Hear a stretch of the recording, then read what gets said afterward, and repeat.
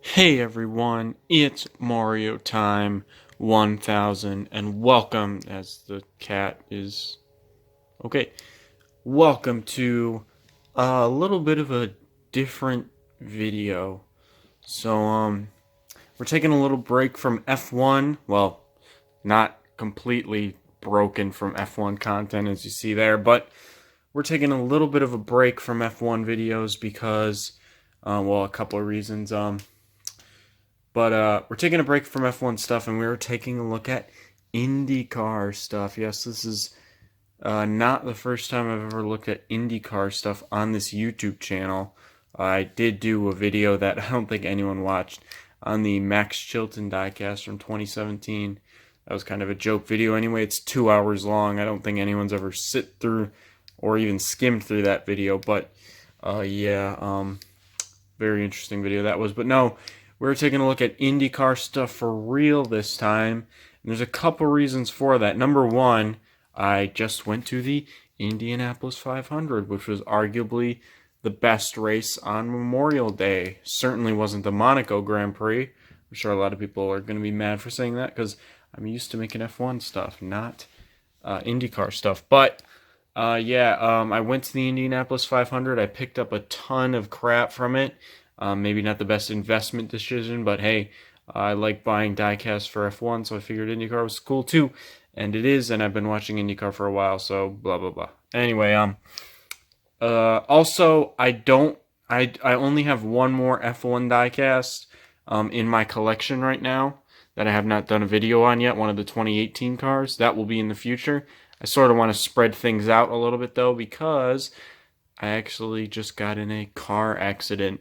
And I can't really show it very well, but yeah, I'm in like a brace and stuff, so it's pretty hard for me to make videos, hence why this video is not in the same place as my other videos. But I'm wasting time. Let's get into this video. It's IndyCar stuff. It's all stuff I got from the Indianapolis Motor Speedway the few days I was there. So yeah, let's get into it, and we'll start with the 1/64 scale cars. This will be pretty quickly. These 1/64 will be pretty quickly because I usually don't take these out of the box. I also got a little sunburn on my arm. But, yeah, so let's get into that. Alright, ladies and gentlemen, we have 5 1/64th scale diecasts here. 4 of them are modern day or 2019 Indy cars, and we've got one from last year. So I'm going to take a look at the older one first. Then we will get to the current ones just in a sec here. So up here, number 1 is Ed Carpenter's Fuzzy's Vodka Chevy. This is from last year's season, probably most notably from last year's Indy 500, where he scored the pole and nearly, I guess you could say nearly won the race. I think he finished second. He led the most laps, I know that. I always liked this car. I wanted to get it last year, but I don't think it had come out by the time I got around to getting Indy 500 or IndyCar diecasts. I went to the Detroit Grand Prix last year, and this was not out, so I could not get it. And I never really found it online.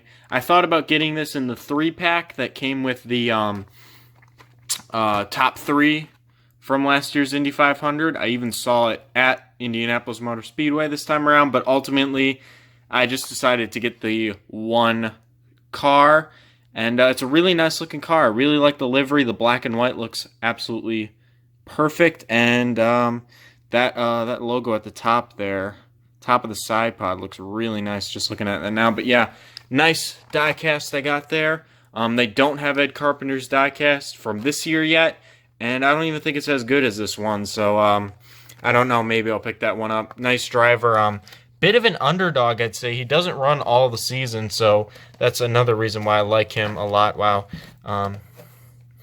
So yeah, but Indianapolis, or Indiana favorite, Ed Carpenter, because he's a hometown hero and whatnot. A lot of people like him when you sit in the stands at Indianapolis. Up next, we got Felix Rosenqvist's number 10 NTT Data Chip Ganassi Racing Honda. This was a very interesting car. I really like the livery on this car, the blue, and well, blue. And so when I saw this, I decided to pick it up. I don't have any of the previous year's NTT data Indy cars, obviously. Well, in a sec we'll look at one, but I just got it, so I don't really count that. But very nice livery, and Felix Rosenqvist is a nice driver. He's a rookie. He's known for Formula E mostly, I think. I don't know other support series that he... it even says Formula E on the back there. But I don't know any other series he's known for. It probably says it on the back here, but I don't really have time to read that. But yeah, very interesting driver. Great showing at St. Petersburg, but other than that, it's been a fairly subpar season. I guess it hasn't been bad, but he did get a pole at the IndyCar Grand Prix or whatever, the Indianapolis road course. He did get a pole there, but I think after his race at St. Petersburg, we were expecting a lot more, and well, he's had some fairly good runs, but he ain't winning yet. But really, the 10 car hasn't in a while, so we really shouldn't expect that anymore. Up next, we got James Hinchcliffe. I'm gonna be honest, I'm not really sure why I picked this one up. While I do like the livery on this, the black and gold, James Hinchcliffe has never really been one of my favorite drivers. I know he's fairly popular because first of all, a lot of people know him because he got bumped last year. But also, he was in Dancing with the Stars a few years ago, and he very up and down career for this guy. I'm thinking about it now. He's been in near fatal crashes, so he's a very well-known driver. I certainly like him, but he's never been one of my favorites. To be honest, I was really hoping that they had a Marcus Ericsson diecast, and I probably bought this just because I like Marcus Ericsson or something. I don't know. It's pretty much the same livery on Marcus Ericsson's car. I really hope they make a Marcus Ericsson diecast because he's one of my more favorite drivers because obviously I watch Formula One, so I have a attachment to Formula One or past ex-Formula One drivers, I should say, and I keep dropping stuff. But still a nice car. Yeah, it's been an up and down season for James Hinchcliffe. He almost got bumped out of this year's Indianapolis 500. Wouldn't that have been something? And he had a fairly solid run in the Indy 500, though, so we can't knock him for that. All right, but yeah, that's all I have to say about that one. Not quite sure why I got that one, but it's still a nice livery. All right, here we go. We've got some of the interesting ones, particularly the bumped cars. Max Chilton, yeah, got bumped out of this year's Indy 500. Not too good for Mr. Max Chilton.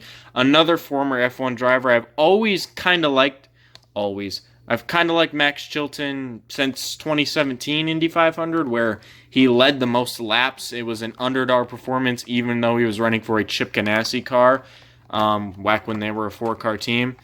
So I've always liked Max Chilton since then. But probably says something about the 2017 Indianapolis 500 back here. But I've liked Max Chilton because of that, because it was a great performance. But now that he's running for Carlin, he's pretty much nowhere ever. Like, he had flashes of brilliance with Chip Ganassi, but with Carlin, it's not been that good. And to be honest, I really don't find this livery very attractive on this car. We'll go over to the wall here, and I will show you that I have last year's Max Chilton in 164 and also 118th. I like this car a lot better, even though this livery never actually raced. It was a fantasy livery, and for whatever reason, Greenlight made a diecast out of it. But I still like this diecast a lot better. This one I'm not really fond of, but I still thought I should get Max Chilton because he's still a driver I like, but he definitely doesn't run good ever anymore. I don't even think he got a single top 10 last year and hasn't so far this year. And he got bumped from the 500, so yeah, very unfortunate. And then the next one, the one I'm sure most of you came here for, probably should have just started with this.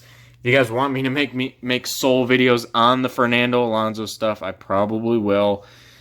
It's the 164th Fernando Alonso McLaren Chevy whatever car.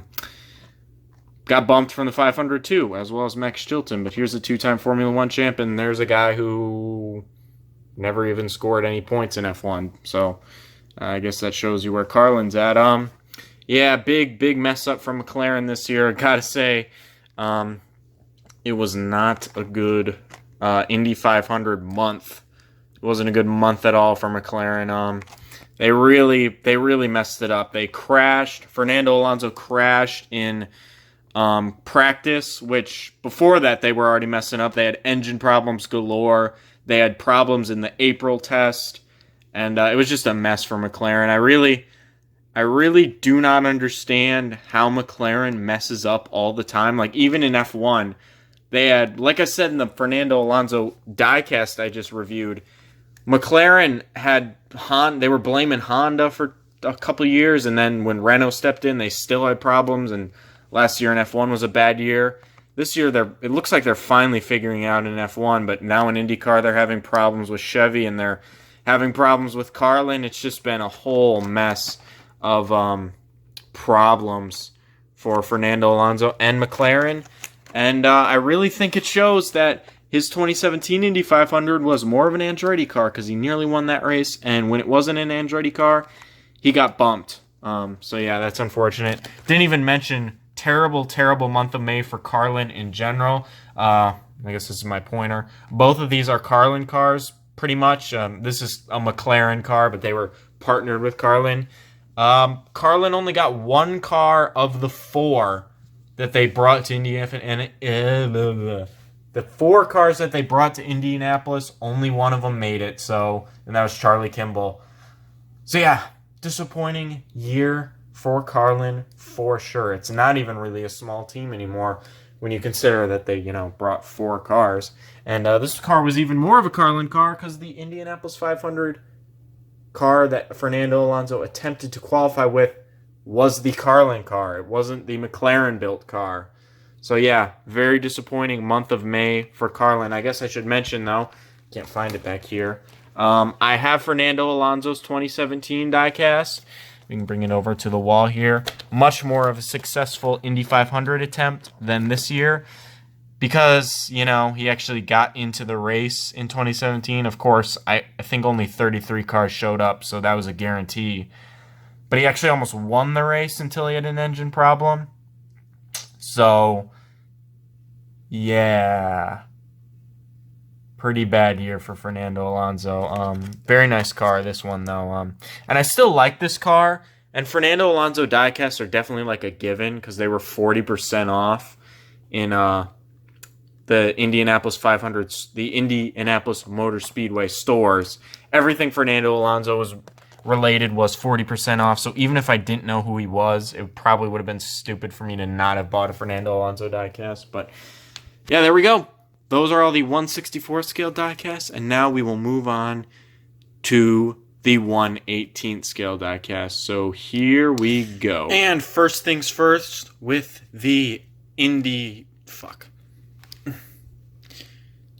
And first thing is first with the 1/18 scale IndyCar diecast. We've got one of the more interesting ones that I picked up along the way. This is a 2014 IndyCar diecast. You can see it is on the old DW12 mold, specifically if you look at the rear wing and I guess the front wing. You can tell that is the old DW12 aero kit. This is Marco Andretti's number 25 from 2014. I bought this because it was a Dr. Pepper car, plain and simple. I really liked... Wow, I didn't even really look at it that closely. I haven't looked at it that closely yet. I didn't see Dr. Pepper on the sponsor blocker. Pretty clever the way they did this. They just had the Dr. Pepper slogan on there, so it wasn't really covering up anything that important. I really liked the way this car looked because of it being a Dr. Pepper car. So I decided to get it. It was cheaper because it's a bit older, but unfortunately, once I closely looked at it, I realized it's painted pretty badly. So they had quite a few of these in a couple of third-party vendors. They were not inside the Indianapolis Motor Speedway, so they were, I think, just random people selling cars.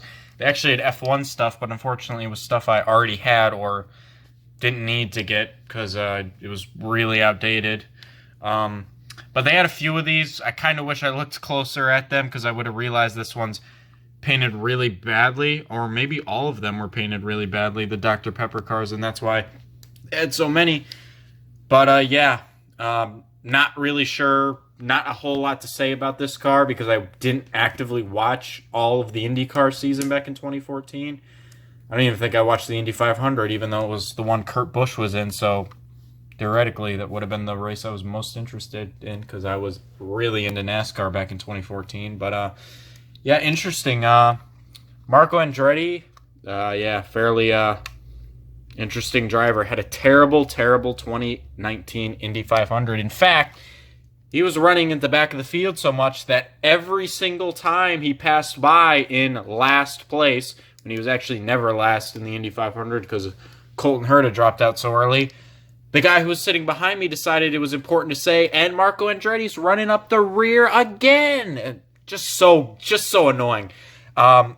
Mini rant, but the two people behind me have got no idea what they're talking about. If you're watching this video, just unsubscribe because you guys have no idea what you are talking about. The guy said if IndyCar still let people build their own cars, like it wasn't a spec series like it is now, McLaren would have made the race. Have you watched F1? Have you seen McLaren the last few seasons? Their chassis sucked last year. Their chassis is not that great this year. I guess it's IndyCar, but just assuming McLaren would have made the race because they built good chassis back in the 60s or whatever means they would have made the 2019 Indy 500.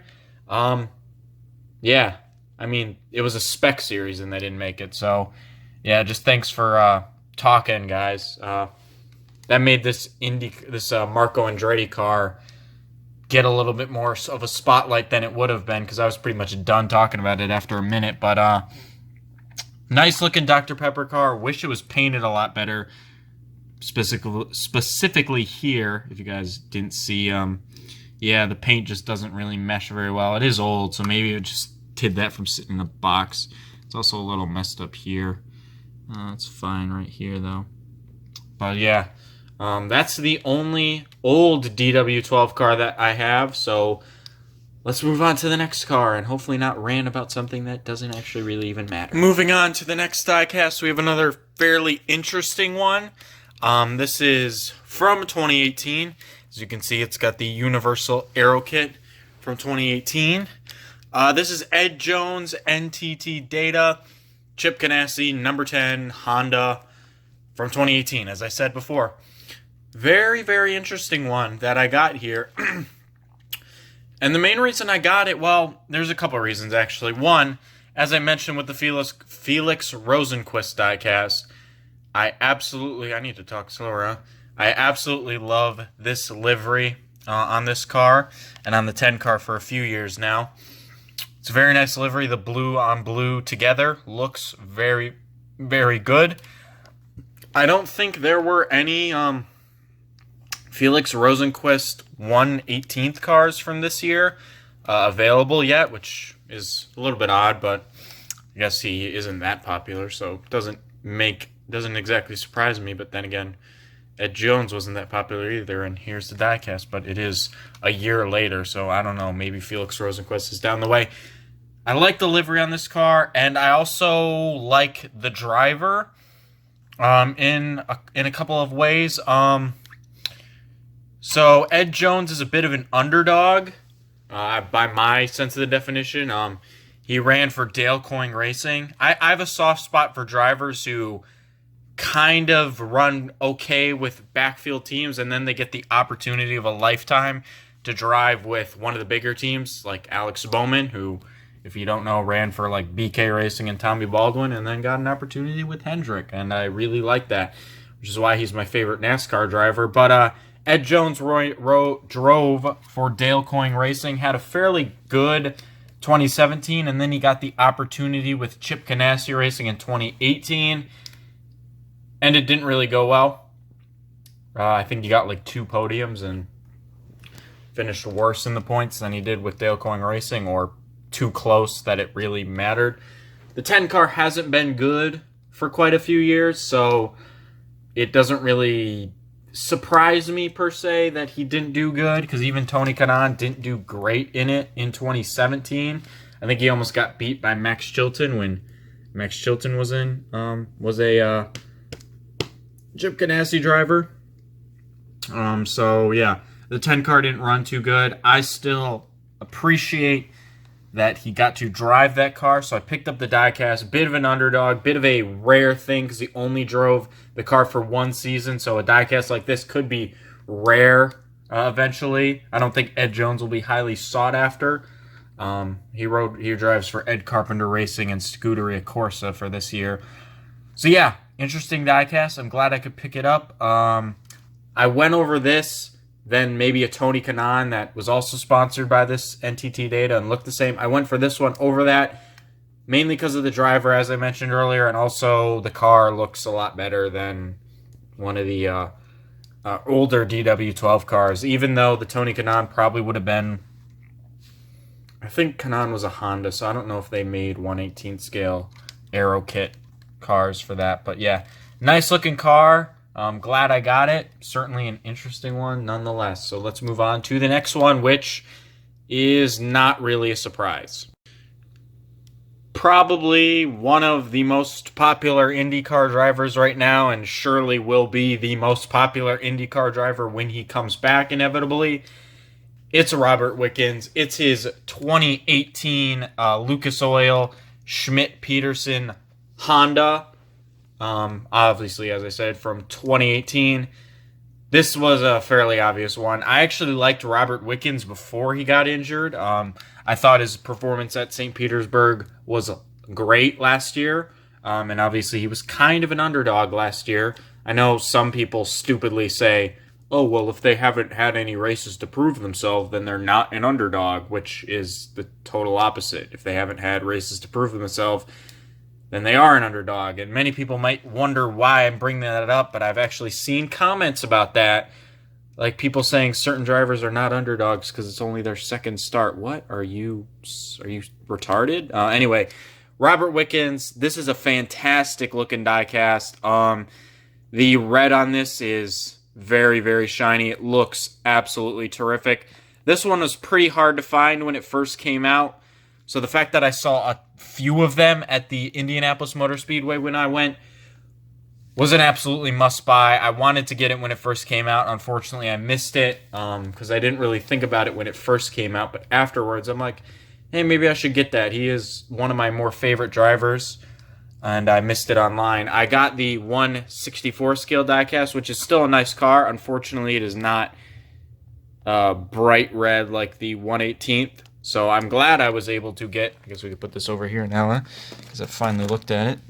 I finally got the 1/18 scale. It looks tremendous. It's a very, very great car.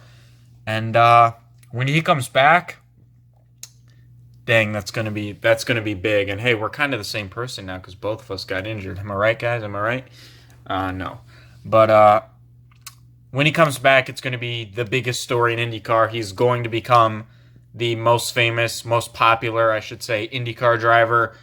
And I really think it could be a huge, huge deal for IndyCar if they market it right. I think he'll be back next year, maybe. Could be next year. I don't think it'll be this year. He is walking again, and they said he'd never walk again, so that's why it's huge. He's walking for short terms again, so I think next year, by this time next year, he could be back driving a car. I mean, it's only been a few months since his crash itself, and he's already walking again, so who knows what a year could make. But yeah, great car. Glad I could find it. Surprised I could find it at IMS. I feel like it would have sold out real fast, but yeah, no, great that I found it, and that's all I really got to say about it. One thing I am glad about it is that it doesn't seem scratched up. One thing about this diecast is I'm pretty sure they painted the whole thing this bright red color and then painted over it with the black. So if you got a little scratch on it, you can see the bright red. Actually, I think you can see it right here, which is unfortunate. But yeah, very, very good that it's not scratched up really anywhere else. Right there, it's kind of hard to notice. So yeah, I got a pretty good one. So that is it for the 2018 diecast. And now we move on to modern day IndyCar 1/18 scale diecast. So let's go. Our first modern day 2019 IndyCar comes in the form of 2017 Indianapolis 500 champion Takuma Sato in his Rahal, Letterman, Lanigan, Panasonic, MyJack. Forgot it a little bit. Can't really think with the whole concussion thing, but yeah. Honda. Very, very nice car. I'm noticing a blue and red theme here. I bought this car. I actually bought this car kind of late. I bought it after the Indy 500 itself. When I was I decided to go into a shop just to see if they had Simon Pagenaud stuff, because I was a little bit interested in getting a Simon Pagenaud diecast because, number one, the neon Dayglow yellow on the Menards cars looks really, really good. And I had seen a Simon Pagenaud earlier in the day and the day before, and I was like, maybe I should get that. And then I decided, yeah, why not? But I wasn't really expecting to find one because, he just won the Indy 500. So naturally, you sell out pretty quick when you win the Indy 500. So, yeah, didn't find one. I ultimately decided to go with another diecast I was interested in getting, which was this one, the Takuma Sato diecast. I really like the livery on this car. Once again, it's got a really, really nice sparkling front end. The blue, black, and white look really, really nice together. And he's had a fair amount of success with this team. It's his most successful team because he's got 2 wins with them. He won the Indy 500 with Andretti. I can't remember why they replaced... Oh, yeah. They put Zach Veach in that car. That didn't really work out. But I guess... hindsight is 20/20, right? I really like the way this car looks. I thought, when I first saw it at IMS, I thought this was last year's car, so I was like, I'm not really going to get it, but I'm pretty sure they look the same from year to year. I'm not 100% sure on that, but I'm pretty sure they look similar. So I don't know why I still didn't get it, because I obviously bought cars from the year before with the last 2 I just looked at, but very, very nice car. When I saw it again at IMS, when I was leaving, I was like, you know what? Yeah, he just ran good in the Indy 500 too. So I was like, you know what? Yeah, I'll buy that. Pretty good driver. He is a former F1 driver, so he's got that going for him too. Didn't really have any success in F1. But yeah, great car. I hope he continues to run well because he's looking like he's having a career year right now. Obviously, already won, and he just got a podium in the Indy 500. So, great season. I will definitely be buying that diecast that he ran the Indy 500 in when it comes out, because I know it will, because he finished in the top 3, so they'll make that 3-pack, and I will pick that one up. I really liked how that one looked, and this one also looks good. So, I picked up this one, and now we will move on to the final diecast, and it is the one a lot of people were probably expecting me to get. So let's go. When I said expecting me to get, I meant expecting me to show off first. It's Fernando Alonso. It's the most current ex-F1 driver. Ex is a bit of a strong word. Most ex-F1 drivers are drivers who've been kicked out. Fernando Alonso retired. Of course, he's the 2-time Formula One world champion. Everyone's been saying it. He got bumped out of this year's Indy 500. That is the most critical thing to talk about here. Nonetheless, this is a spectacular-looking diecast. I really like the orange and blue on this car. I got another blue diecast. How odd. I guess you know what my favorite color is, right? Yeah, it's orange. No, I'm kidding. It's blue. Very, very interesting diecast. Very, very nice diecast, I should say. Got a lot of similar sponsors on here for the last F1 diecasts I looked at, including this one and this one, Petrobras, which someone said it was from Brazil, but I don't remember what they said it was. I'll have to look back on that. It was just in the comments. Not entirely accurate to the actual car itself. I don't know if this was on the car in the Indy 500 qualifying. It's not on the Takuma Sato, so it's not like a thing that's got to be on all the Indy cars. Or maybe it is, and this one's accurate and Sato isn't. And also, it doesn't have the Views Vape sponsor on it, which is pretty cool, because if you vape, you're stupid. Sorry. Unless you do it for, like, medical reasons. You're just kind of stupid. Sorry. But anyway, I guess I shouldn't be dissing a sponsor, especially because vaping is, like, going to be a huge sponsor in racing soon, or at least non-tobacco, whatever the fudge, Marlboro and BAR sponsoring F1 stuff nowadays. But yeah, this is a great car. And also, yeah, it was 40% off, so it was stupid of me for not to have gotten it. Oh, shoot, that could have been bad. Only Chevy car I got. Only Chevy 1/18 scale diecast I got this time around. Very interesting, because the Chevys were very fast, and they didn't even really have a lot. I don't even remember if I saw the Penske cars, which I got none of. I'll talk about that later.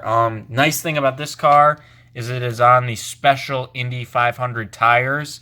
One thing that is weird about this car, and I didn't even show this off in the last diecast, so I'll have to show this. It's got like a weight in the wheels. If you see the wheels, if I spin them a little, they like go back to the bottom and they like return to the center of gravity or whatever. And I checked when I made this video the first time, and this car doesn't do it. The wheels just spin, so I don't know if that is a error or that's just how the McLarens built their diecasts, or the McLarens wanted their diecast built. Very interesting. I like the diecast. I really hope McLaren learn from this mistake that was the month of May. I really think they should attempt to run more races this season in order to get more of a notebook, get some more data on what it's like to ride an IndyCar or field an IndyCar team, because they messed up pretty badly. And it's really unfortunate that I didn't get to see Fernando Alonso race. Obviously, I really started watching IndyCar because of his 2017 appearance. I got interested in F1 first. So I watched the 2017 Indy 500 because of Fernando Alonso. I had watched the Indy 500 before, don't get me wrong, but I was really interested because of that. And I like IndyCar a lot now, and Fernando Alonso didn't make it, so that is very unfortunate. But you know what? That happens sometimes. It happened with big teams sometimes, so I guess it was a huge story and got a lot of people talking about the Indy 500, so maybe it was a good thing in the end. But nevertheless, great diecast, 40% off, so I pretty much had to buy it. And it looks good still. And yeah, we got a few sponsors on here, as I mentioned, that are on McLaren's F1 cars. And we got 66 reminiscent of the first McLaren that won the Indy 500, which I don't even remember if it was a McLaren fielded car. I feel like it was a Penske fielded McLaren in the M16 or something, M17. I don't even remember. I'm blanking because, concussion. But yeah, that is the final 1/18 scale diecast that I got. Fernando Alonso. Once again, if you want me to do a video solely on these diecasts, maybe I'll take that one out of the box. I'll do it. Maybe I'll just do it anyway. We'll see if people are interested. But yeah, let's wrap this up, and I'll see you there. And ladies and gentlemen, get these off.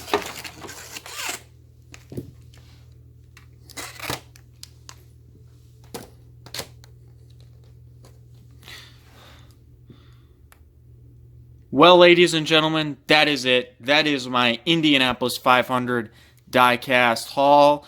I got a lot of great diecasts from there. There's nothing I'm really disappointed in. Obviously, I picked the ones I wanted, so I didn't end up with something I didn't really want. Couple diecasts or couple drivers some people might think I did not get diecasts for. And there's a few reasons for that. One of them is Alexander Rossi, probably. This is last year's diecast. And I didn't pick up this year's because it's pretty much exactly the same as this one. So I think the Napa logo might be a little bit better, but I already had this one, so I couldn't give it back and get the new one. So yeah, I didn't pick up the Alexander Rossi from this year, and I don't think I saw a 1/18 scale diecast. I may be wrong about that, but had I seen one, I feel like I would have gotten it. So I really don't remember if they had one now. I'll have to look if I go to Detroit. But yeah, I didn't pick up that one because of that. Also, probably another driver I just have a diecast here for is Joseph Newgarden. I wanted to pick up one of the silver Penske cars, but I just ultimately didn't get to it. And Joseph Newgarden's diecast for this year isn't this livery, so I I decided not to get it, although it is number 2. So if I was collecting Joseph Newgarden, that probably would have been a good one to get because it's a different number. But also another driver I wanted to get a diecast for. It's not out yet. I really, really hope they make one, is Colton Herta. He's probably one of my favorite IndyCar drivers right now because I mean, I could be friends with that guy.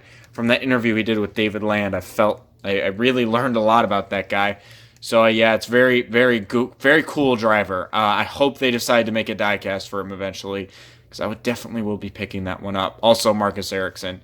But, yep, this is what I ended up getting. The Detroit Grand Prix is right around the corner. I don't know. Maybe I'll go to that, and maybe we'll get more diecasts, and I'll make another video and not an F1 video because I want to space that out.